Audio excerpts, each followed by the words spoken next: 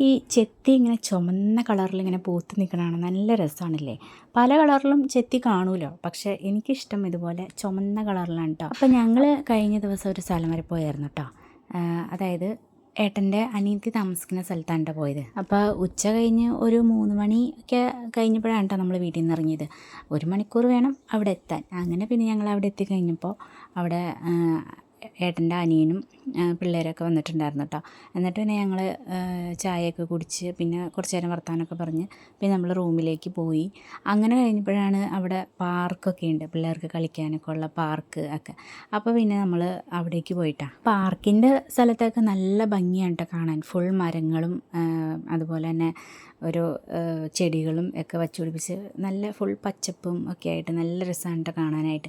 അപ്പോൾ ഇവിടെ പല ആൾക്കാരും ഇവിടെ ഫോട്ടോ ഷൂട്ടിനും പിന്നെ അതുപോലെ തന്നെ സിനിമയുടെ ഷൂട്ടിങ്ങിനൊക്കെ വേണ്ടിയിട്ട് കുറേ ആൾക്കാരൊക്കെ വന്നിട്ടുണ്ട് കേട്ടോ. കാരണം അത്രയ്ക്ക് നല്ല ഭംഗിയുള്ള സ്ഥലം, നമ്മൾ കാണുമ്പോൾ ആർക്കാണെങ്കിലും ഇഷ്ടപ്പെട്ടു പോകുന്ന ഒരു സ്ഥലമാണെന്ന് വേണമെങ്കിൽ പറയാം കേട്ടോ. പിന്നെ കാറ്റിൻ്റെ കാര്യമൊന്നും പറയേ വേണ്ട. ഈ ചൂടത്തൊക്കെ നമ്മളിങ്ങനെ അതിൽ കൂടെയൊക്കെ നടക്കുകയാണെങ്കിൽ നല്ല രസമാണ് കേട്ടോ. കാറ്റത്ത് നമ്മൾ പറന്നു പോകുമോ എന്നുള്ള രീതിയിലുള്ള കാറ്റൊക്കെയാണ് വന്നത്. അപ്പോൾ അതുകൊണ്ട് തന്നെ നല്ല രസമാണ് കാറ്റ്.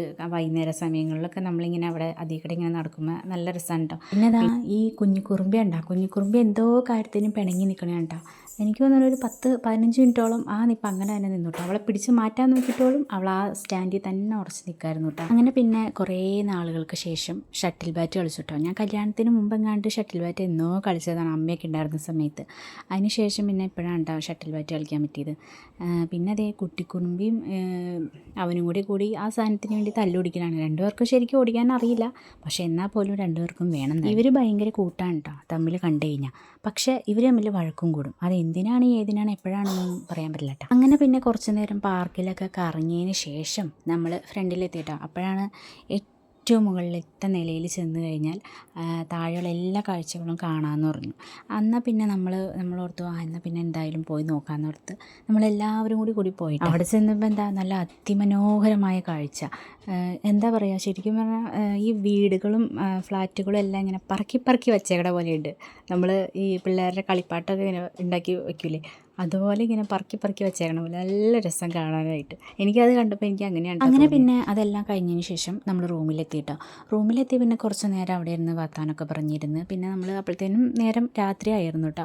അത് കഴിഞ്ഞ് പിന്നെ നമ്മൾ ഫുഡൊക്കെ കഴിച്ച് പോന്നു കേട്ടോ. അപ്പോൾ അവിടെ നിന്ന് ഇറങ്ങി കഴിഞ്ഞ് കുറച്ച് നേരം കഴിഞ്ഞപ്പോഴത്തേനും എൻ്റെ കുട്ടിക്കുറുമ്പിക്ക് ദാഹിക്കണമെന്ന് പറഞ്ഞു. അത്രയും നേരം അവൾക്ക് ദാഹമൊന്നും ഉണ്ടായില്ല കേട്ടോ.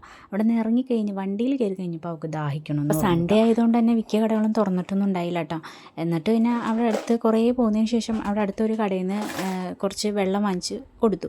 വെള്ളം വാങ്ങിച്ച് കൊടുത്തു കഴിഞ്ഞപ്പോൾ അവൾക്ക് ആ വെള്ളം പോരാ, അവൾക്ക് ജ്യൂസ് തന്നെ വേണം. എന്നിട്ട് പിന്നെ അവിടെ നിന്ന് ഇറങ്ങി കുറച്ച് കഴിഞ്ഞ് ഒരു സൂപ്പർ മാർക്കറ്റിൽ വണ്ടി നിർത്തിയതിന് ശേഷം അങ്ങനെ പിന്നെ അച്ഛനും കുട്ടിക്കുറുമ്പിയും കൂടി ജ്യൂസ് മേടിക്കാൻ വേണ്ടി പോയിട്ടാണ്. അപ്പം ഞങ്ങൾ കാറിലിരിക്കായിരുന്നു കേട്ടോ. ആ സമയത്ത് മഴ പെയ്യണ്ടായിരുന്നു. അങ്ങനെ പിന്നെ ഞങ്ങൾ കുറച്ച് നേരം കഴിഞ്ഞപ്പോൾ വീട്ടിലെത്തിയിട്ടോ.